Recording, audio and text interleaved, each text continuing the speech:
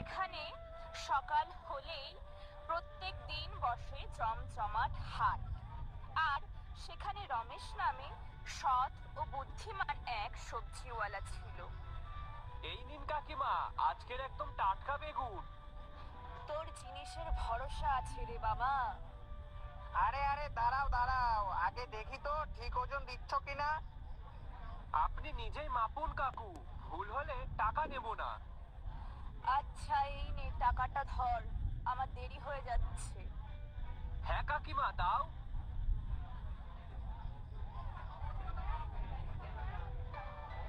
দেখুন কাকু, আপনার যদি কিছু লাগে তাহলে বলুন, আমি দিয়ে দিচ্ছি। আর যদি কিছু না লাগে তাহলে যেতে পারেন।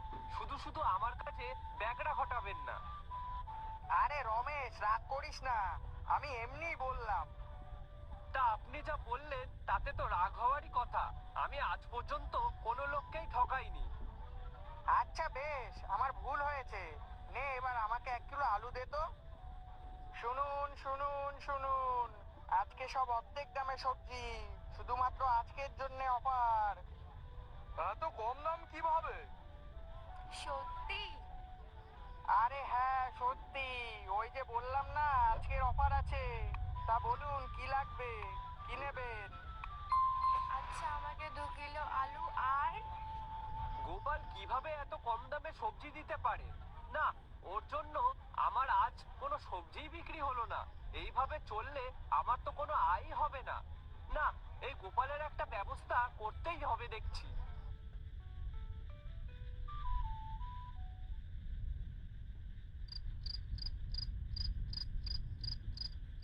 কি গো, কি হয়েছে? সেই কখন থেকে দেখছি চুপচাপ বসে আছো। কি হয়েছেটা কি? বাজারে কারোর সাথে ঝামেলা হয়েছে নাকি? না না, তাহলে কি হয়েছে? আজ বিক্রি প্রায় কিছুই হয়নি। ও আচ্ছা, এই নিয়ে তুমি এত চিন্তা করছো? হ্যাঁ, তা করবো না। ওই গোপাল এত কম দামে সবজি বিক্রি করছে, আর যার জন্য আমার দোকানের সব গ্রাহক ওর দোকান থেকে সবজি কিনছে।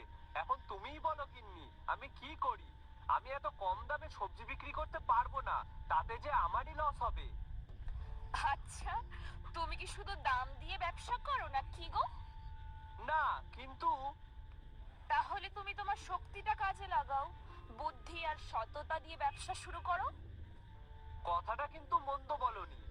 উম, তবে গিন্নি, আমি কি করব যাতে আমার দোকানে গ্রাহকরা আবার ফিরে আসে? তবে আমার মতে তুমি এক কাজ করো, ওর কম দামে সবজি বিক্রি করার কারণটা কি সেটা আগে জানো, তারপরে সত্যিটা সবার সামনে আনো। হ্যাঁ গিন্নি, ঠিকই বলেছো। আর তাছাড়াও তুমি না হয় আগে একবার ওই গোপালকে বুঝিয়ে দেখতে পারো, আর তারপরে না হয় যদি না মানে তাহলে। আরে গিন্নি, ওই গোপাল কোনো কিছু শোনার ছেলে না। তবে তুমি যখন বলছো তাহলে একবার চেষ্টা করে দেখবো। আর যদি সোজা আঙুলে ঘি না ওঠে তাহলে আঙুলটা বেঁকাতে হবে।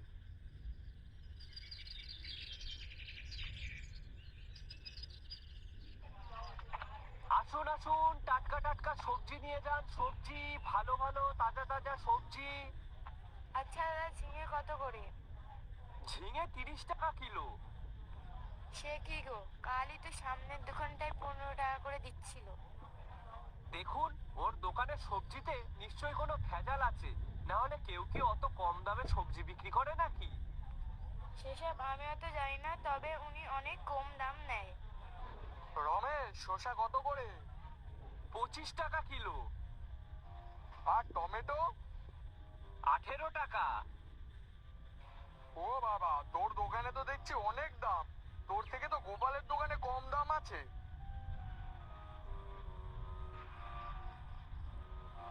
আসুন আসুন আসুন, কম দামে ভালো সবজি নিয়ে যান। দেখ গোপাল, তুই এত কম দামে কেন সবজি বিক্রি করিস? তোর জন্য আমার দোকানে কোনো খরিদ্দারি হচ্ছে না। দেখো রমেশ দা, আমার কম দামে সবজি বিক্রি করে পুষিয়ে যায়, সেই জন্য আমি কম দামে বিক্রি করি। তোমার দরকার হলে তুমিও করো। কিন্তু গোপাল, তুই তো একটু দামটা বাড়াতে পারিস, তাহলে তো আমারও ব্যবসাটা একটু চলে। দেখো দাদা, তুমি কি করবে না করবে সেটা তুমি বুঝে নাও গিয়ে।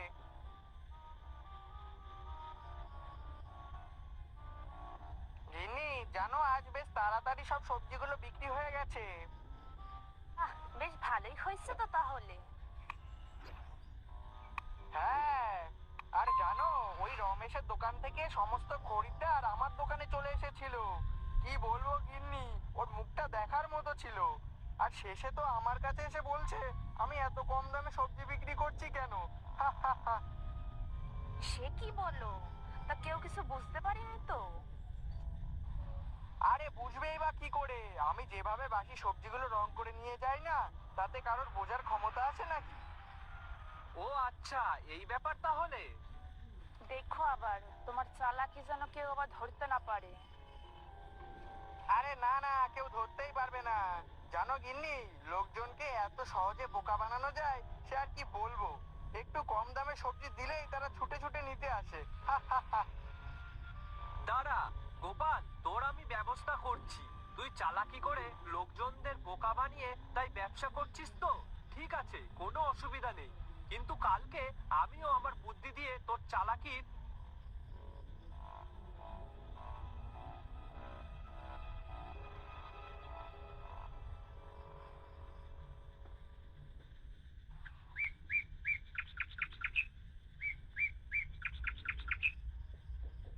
সবাই শুনুন, আপনাদের একটা জিনিস দেখাতে চাই আমি। কি দেখাবি রে রমেশ? দাঁড়া, দেখাচ্ছি।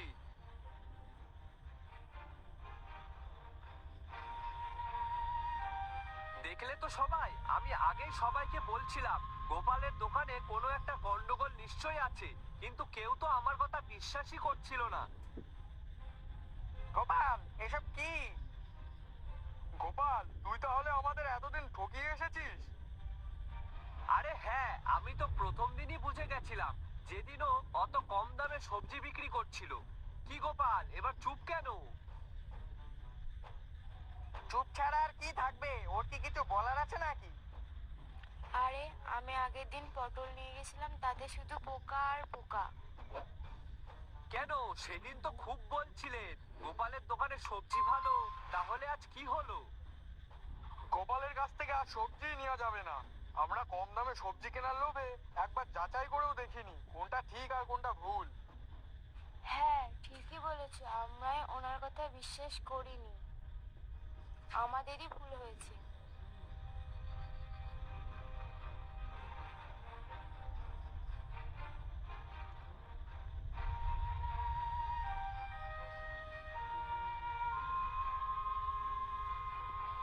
সত্যি নাকি রে রমেশ? হ্যাঁ একদম, সবজি ভালো না হলে টাকা ফেরত। আচ্ছা তাহলে আমাকে 500 লঙ্কা আর 1 কিলো আলু আর 1 কিলো ভেন্ডি দে তো। আর আমাকেও 1 কিলো আলু, 250 পেঁয়াজ আর 250 লঙ্কা দে। আচ্ছা বেশ। কি এখন সবাই রমেশের দোকানে তো? আমি তো আগেই জানতাম রমেশের জিনিসই ভালো, কারণ রমেশ সততার সঙ্গে ব্যবসা করে যে। হ্যাঁ ঠিকই বলেছো, রমেশ আর যাই হোক ওই গোপালের মতো খারাপ সবজি বিক্রি করে না।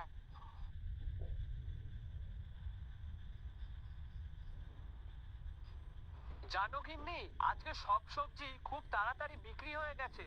আর ওই গোপালের চালাকিও আমি সবার সামনে ফাঁস করে দিয়েছি। বাহ, এই তো বেশ ভালোই করেছো। ওইভাবে লোকজনদেরকে ঠকিয়ে ব্যবসা করাটা একদমই ঠিক না।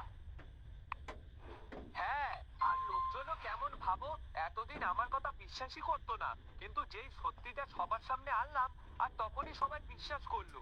আর তারপর উল্টে তো আবার সবাই আমার কাছ থেকেই সবজি নিল। সেই, জানোই তো আজকাল লোকজন কেমন ধরনের হয়। যাই হোক, চলো খেতে চলো। হ্যাঁ চলো, অনেকদিন পর আজ একটু শান্তিতে খাবো।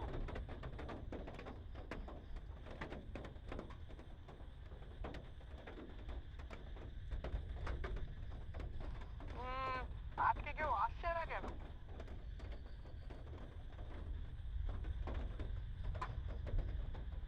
কি দাদা, আজকে আর সবজি নেবে না? না, তোর জিনিসে ভরসা নেই। তার থেকে বরং আমি রমেশের কাছেই যাই, ওর দোকান থেকেই নেব।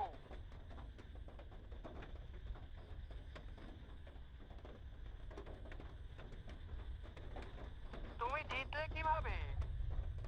হে হে হে, আমি জিতিনি, মানুষ সত্য আর বিশ্বাসকেই বেছে নিয়েছে, বুঝলি তো? সে না হয় ঠিক আছে, কিন্তু তুমি কি করে জানলে যে আমি সত্যিতে রং মেশাচ্ছি? আমি তোর আর তোর বউয়ের কথা সব শুনে নিয়েছি। শোন গোপাল, চালাকি করে কিছুদিন লাভ করা যায়, তবে বেশি দিন টাকা টেকে না। কিন্তু বুদ্ধি আর সততা থাকলে সারা জীবন সফল হওয়া যায়। আর বিশ্বাসী ব্যবসার সবচেয়ে বড় মূলধন। সেদিন থেকেই রমেশ তার বুদ্ধি ও সততা দিয়ে নিজের ব্যবসাটাকে আবার ভালো করে তুললো।